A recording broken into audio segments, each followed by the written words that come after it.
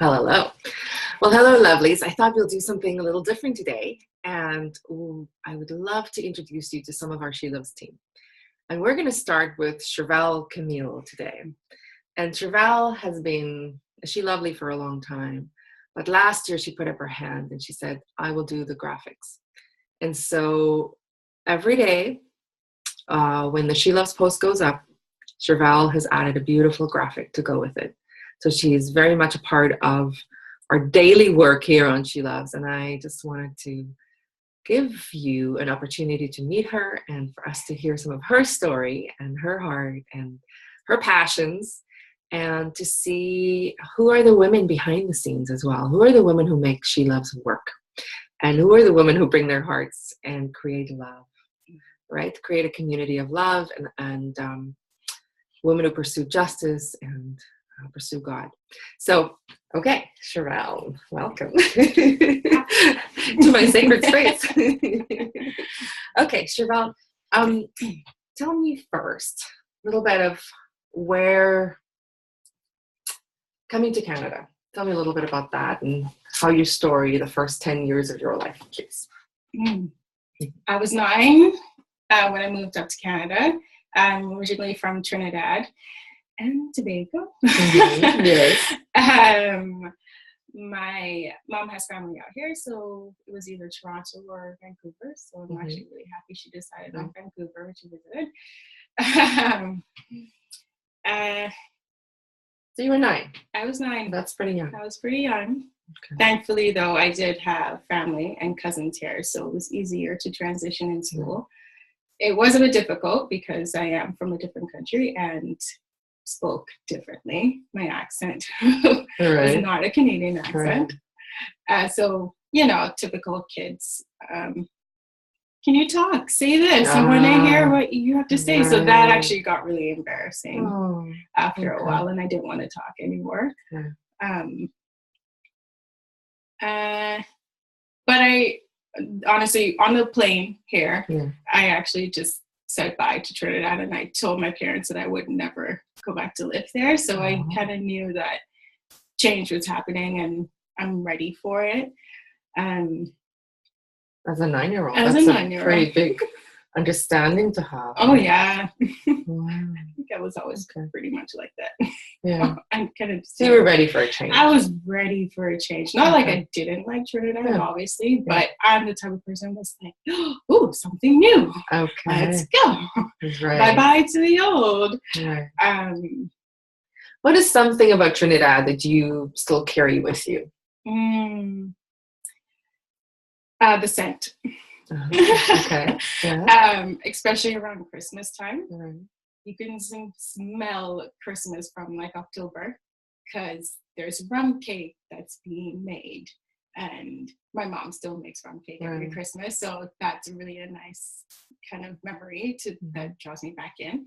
And family, and there's lights everywhere. Everyone says Merry Christmas. It's not a problem.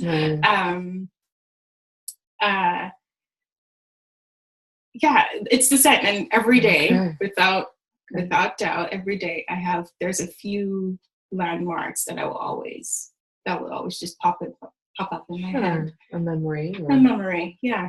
School, or we always had to wear uniforms, or Catholic school. But yeah, it's friendly, it's fun, there's music everywhere. Carnival, which we weren't a part of, but we watched it on TV all the time. Yeah, scent. For me, scent is a lot to do with. So different kinds of smells. Different kinds of smells. It just triggers that, and color. Okay, so tell us what brings you joy? First, I would say my niece.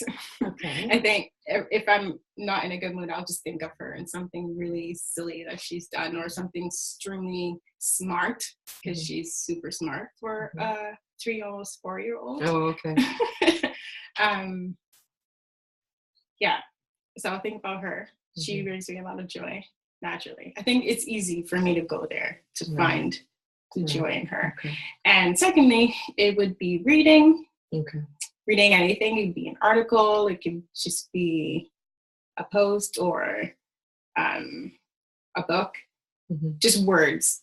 Like pretty much. Yeah. Words are everything for me. I'm obsessed with it. It's like the kryptonite. So words will bring me joy. So, and creating. Okay. So tell us a little bit about the, when you do the graphic, tell us about the process a little bit, please. It always starts with reading the post first. So I have to get a feel of what is written in there, right, with the story that's being told. And I want to make sure that it's, it properly represents the article and what the girls are trying to say. It has to match it. It just can't just be a random picture. It has to actually tell the story, and go with the quote. So everything has to match together. So that's the full-on process. I go in, I read it, and I really sit there and I read it and try to go through each word, and picture myself inside of the story as well, so I could feel what they are feeling. And then I think in my head as I'm reading, okay, what word is really popping out to me? What's the objective of the story here? So that way that I can use that in order to go and find the photo. Right. So I'd be able to type in the correct word or something like that in order for me to find the image. To go through that, find the image. Well, look for the quote first too, because I say the quote in my head over and over as I am searching for a graphic. Okay. So that I have to be in that. It's kind of like characterizing, to be honest with you. Okay. And then I find the image and then go in there and do the process of resizing and retouching and all of that. Right, and all the work that goes with that, right? Okay, well, thank you so much for all your work. I really appreciate it. And so because we're SheLoves magazine.com and Women Who Love, I want to hear a little bit about, where do you see love? I see love in my hands. Yeah. Love, beautifully manicured, by the way. Love comes out of my hands. Whatever's in my brain or in my heart connects there, but then it's always channeled through my hands. And it's how it's expressed. It's pretty much my mouth, I guess, if that makes any sense. That's how you communicate. It's how I communicate. Okay. The language comes out. Or how you speak love, right? As you like to do, would you say acts of service kind of thing, but also creativity, right? Because you're very creative. Yes. Right. Okay. So it all comes out of there. Okay. So to see love in your hands. Beautiful. And where do you see God's love? Or how does God communicate love to you? We live in a rainforest. The rain. We live in the rain, the water, anything that has to do with water, just the sound of it, I can just put myself in there. Actually, when I meditate, I have my secret place that I go into when it's somewhere out in like Bali, or don't know exactly where. Sometimes I actually think it's Thailand, but never been, so it's really funny. It's in a solarium, and there's wood everywhere, and I could feel it. And there's greenery when I look up, and I just hear the rain falling on the leaves, and it's heavy on the leaves, and I hear the leaves drop, and then it just, that for me is where God speaks to me, speaks love and speaks beauty to me. So rain, it can be words spoken to me, just people randomly saying something, not really randomly, but when God speaks to them. And also looking at the sky, looking up at the sky and just seeing like the sunset, or it could just even a sunny day.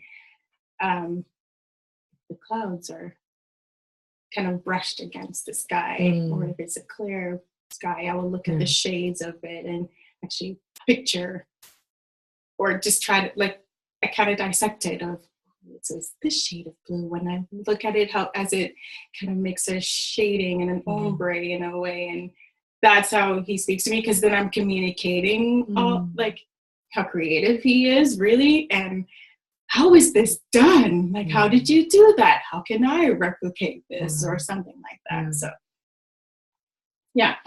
Okay. Nature. Yes. Okay. Yeah, and you said you also love the wind. I love the wind. Yeah. I love the wind. I love when it just, if I'm wearing something flowy, and the wind just creates an art with it. So it could be my scarf or my shawl, and it just flows, and when it hits my face and kind of chills my face, I love the feeling of when it just chills it, because then it's like I can feel it. It's a physical thing, and it's like a kiss, I guess, on the face, and a hint of like, it's like the Holy Spirit in a way, if you think of it, just brushing up against you or something. But the wind, I love hearing it and love being in it, and how it moves the leaves and it makes music. So you're very sensual, like very, like, you feel, you hear, you taste, you see, all of the touch, right? The senses, I guess that's the artist, right? And the creative. And it's really wonderful I love hearing how you see and how you think, right? So that's really, I love that. Okay, so tell us a little bit about, what are you reading right now? A few. A few books? A few books. Okay. So I'm trying to finish. It's not like it's a bad book. It's just me. I did actually have a hard time halfway through, and I stopped and I put it down for like 2 years. But I want Elizabeth Gilbert's Signature of All Things back in 2013. It's what I call sexy botany. Yeah, actually, it is sexy botany. I read it, I was reading it, and I was picturing it going a different way, and then it didn't, and I got upset with her, and I closed the book, and I put it down. Okay. And I was like, I'm not happy with you right now. And I walked away. And then I don't like to not finish a book, so finally 2 years later, I picked it up last year, and I said I was going to finish it, and I honestly just haven't finished it yet. I'm literally this close to finishing. So it is like it's redeemed itself, and it's going really good. And it's a beautiful book. It is very, very. If you're prepared for sexy botany, let's just say that. And it's actually, so I found one of her old homes. It's like a colonial home, and she had, like, it's like her space where was her office was huge, and it was like a tree house, and there's a tree coming out of it, and there's wood and all of that. That's where she wrote the book, so you could see her inspiration for it. Right. So, like, it's beautiful, right? You know, she also started a board on Pinterest for all the mosses. Oh. And I just thought that was fascinating. Yeah. Oh, so she, very cool. Like, you can tell she did her research when she did this book. Yeah. So it's really, and I can appreciate that about someone. I love when people do their research when they're writing something, because they're not just doing it for the sake of doing it. Right. So it's a great book. I just need to finish it. Okay. Oh, what else? And I'm also reading Outlander. So the Outlander series. Plus, I'm watching the show at the same time, so it makes it hard. I don't know why I do this to myself, but I do. Okay. I'm rereading The Shack 10 years ago. Yeah. From 10 years ago, I should say. Yeah. And there's 2 books that I read every year. Oh, okay. Emily Giffin, Love the One You With. Okay. It's just, there's parts of it that always just draws me back in. Like, for me, pictures, they stay with me. Like, when I watch a movie, I had to stop watching horror movies because they just stay with me. I can't. And it would just constantly say visual, right? So it just constantly stays with me. So this one, there's words in it that connect to me, and it just stays and repeats itself. Right.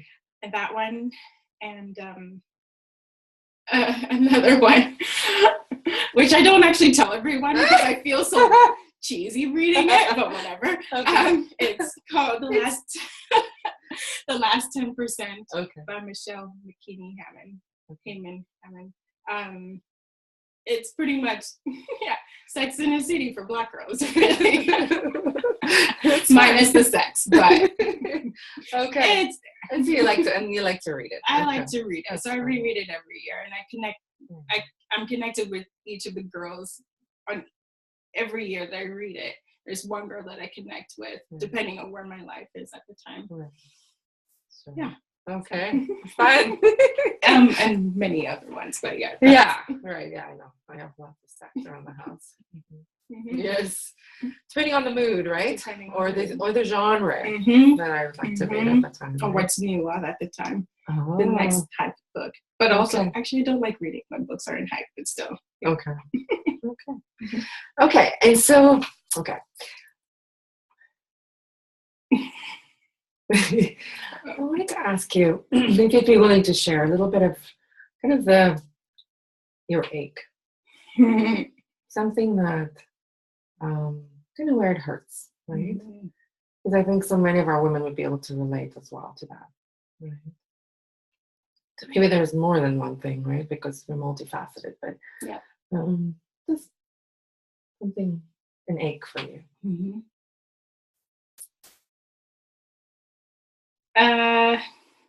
Well, at the top, more prominent, being single. I know it's not the end of the world, but for me, that's what matters to me.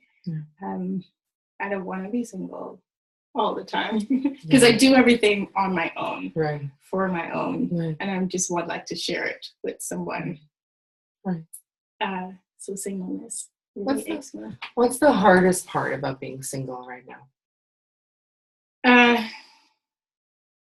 Seeing everyone else, especially younger than me, getting married. That's when it feels most pertinent. Yeah, I mean, I don't take it too personally because it's their life, but that it does at times get really hard, especially when they're having a family, like they have kids and stuff, and I love kids, so it's like one thing that I desire a lot. And how can we, as a community of people, love our single women better? That's a good one. And I think it's an important question, right? I think we have to be mindful of it because when we sit at a table together, not everybody is married, or not everybody's in the same season of life, right? And I think it's so good for us to rub against each other and learn from each other. And I like the juiciness of the single people in my life, right? Like there's an energy that I think is fantastic. I mean, I know there's an ache too, right? But okay, so let's talk about how can we love and support you better, or how can we, in this season. Not always say, "Oh, I have the perfect person for you, and I think you'll be good for it." It's kind of really annoying. It gets hard after a while because you're like, probably not. Probably not. Especially, and I'll be honest, when it comes to race-wise. Because I'm a Black Sorry, that's my dog groaning. Let's go groaning in the backyard. He's just passed out on the carpet. He's so happy. I'm sorry for the groans. Okay. Since we're talking about race right now, okay. Yeah, that's just one of it. Okay, so tell me, like, what does that mean for you? It's always, I have the perfect person for you, and it's just because he's Black. Okay. That's kind of really annoying. Okay, sure. Yeah. Okay. Yeah. Everyone has I have a different taste. Not like I don't like Black guys, but it's just, why does it always just have to be because I'm Black? He's the perfect guy for me. Come on. Yeah, you're right. You're right. Let's come on. Step outside the box a little bit. You know. And maybe also there's always just seemed to be this really strange code between married people, and they forget that they've been single before or something like that. Yeah. So kind of treat you in a way of, I don't know, like our singleness is really prominent when I'm around some people. Okay. Some conversations just don't happen or whatever. It's like I can't handle it, but I can. Right. But yeah. I don't know. See us as we are you too. Fully alive. Yeah, fully alive, fully living ourselves. Yeah. There's more to say, but I just can't think of it right now. I know. Okay, it's a journey, right? And maybe like, and I said season, I mean journey, right? Right. And what encourages you most on your journey?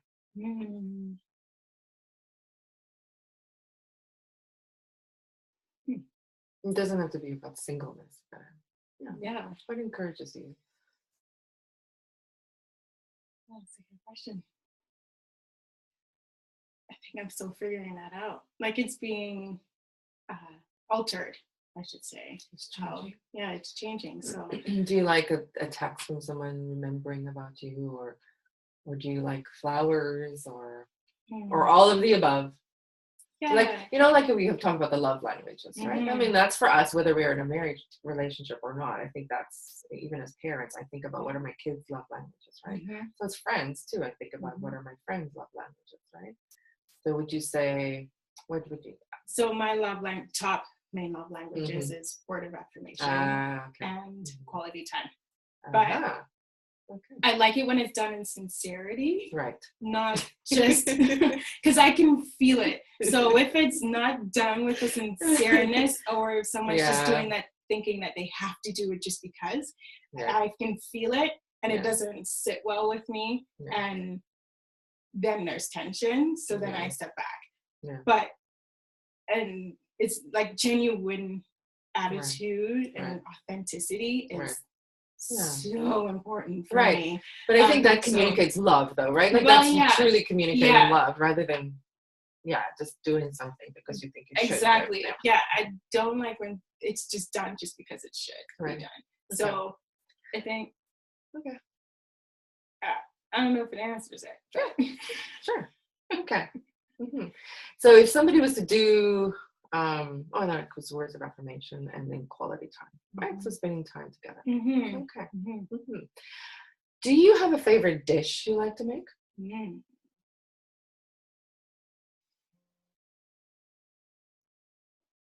My tummy's growling. Now you're hungry. Well, Chervelle hosted us for our last editorial meeting. Yes, and then it was really fun. And you made these yogurt bar? A yogurt bark. Yes. And then one was blueberry yogurt bites. Right. Okay. Yeah. If you were to cook a dinner, what would you make? There's not one specific one because I change it all the time. Okay. Sure. Yes. Okay. But yes, possibly a pasta. I do like creating a pasta. Yeah, it's not cooking a pasta, it's creating a pasta. Oh, did I say that? Oh, yeah. Oh my gosh, I love it. I love it. Tell me where my head is. I do like creating. But it is pretty much a creation too, because I like to add things to it and look at, this will like really well together. This flavor smells really nice. I think pasta is because of how the Italians like it so. They love things so homey and they put passion into it. And there's a lot that goes into the pastas, and it is a sense of community with the pasta. I don't know if that makes any sense. But there's a lot that goes into it. Okay. So I see where that choice would come from. Yeah. Yeah, it's full and it's bounty in it.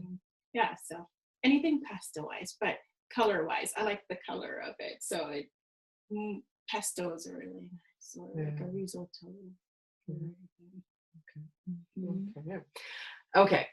So let's see. I have one more. Oh, okay. Yeah, that's good. If you wish women could know one thing What would you like women to know? Keeps growling to me. We'll have to feed her some pasta. It keeps talking. Okay. So it's more of a picture. Okay. So we are a canvas. Yeah. So you see people or women as a canvas. Well, probably people, right? As a canvas. Actually, everything. A picture as being a canvas, like a house or everything is everything. Yeah, everything is a canvas because you add to it, right? So everything is blank. I mean, if you think of the world before, it was blank, and then he added to it. So it's a canvas. But for women, beautiful. Right? Yeah. Okay. So for women, so say what I'm wearing right now, someone could say to me, and I do have it happen before many times. Right. I love what you're wearing. I wish I could do that. Or all the words that always come out. I wish I could wear what you're wearing, but I can't because my body is such and such and such. But to me, it's not, you don't have to wear exactly what I'm wearing. You could take whatever you have and you make it work for you. So it could just be the color. You could take the color from it and replicate the colors. It doesn't have to be exactly the blazer with the scarf and the skirt. Yeah. Like you could just make it work to suit you. And that's your canvas. So it's,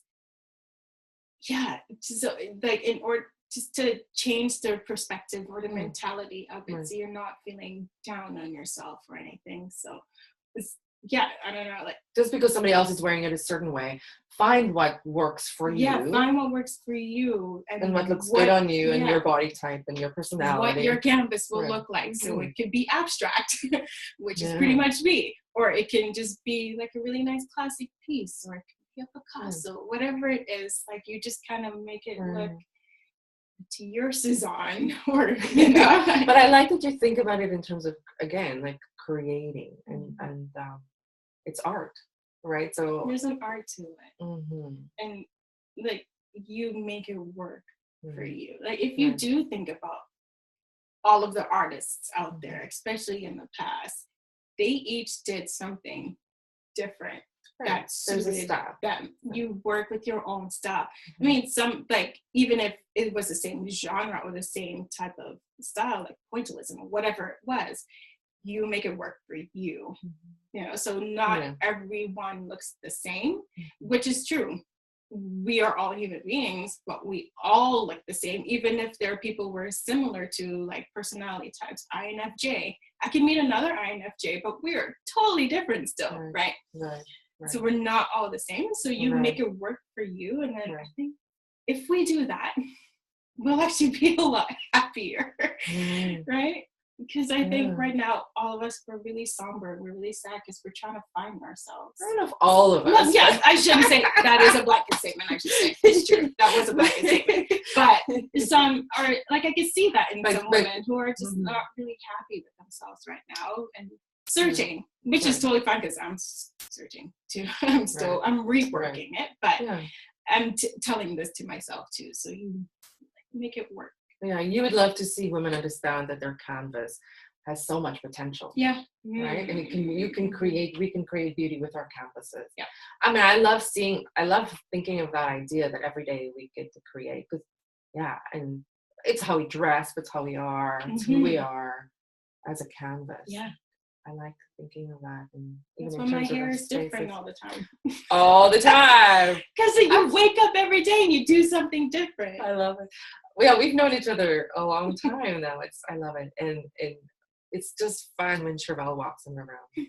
Because you live it out. You are art, right? And you live out that how you see the world, right? And through this idea of a canvas and creating art, whether it's on your body or on a table or in a space, right? Or in a graphic, or I think in a friendship and a relationship too, right?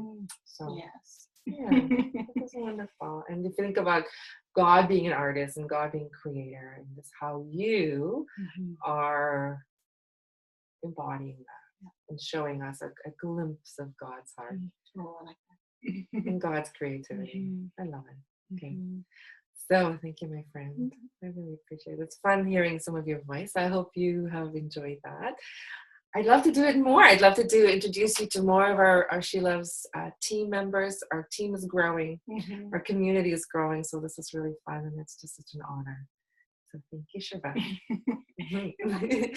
Follow her on Instagram. She's really fun. Really have some fun things to say and show on her Instagram canvas. So, That's true. Yeah. Thank you, my friends. We'll see you later. Bye.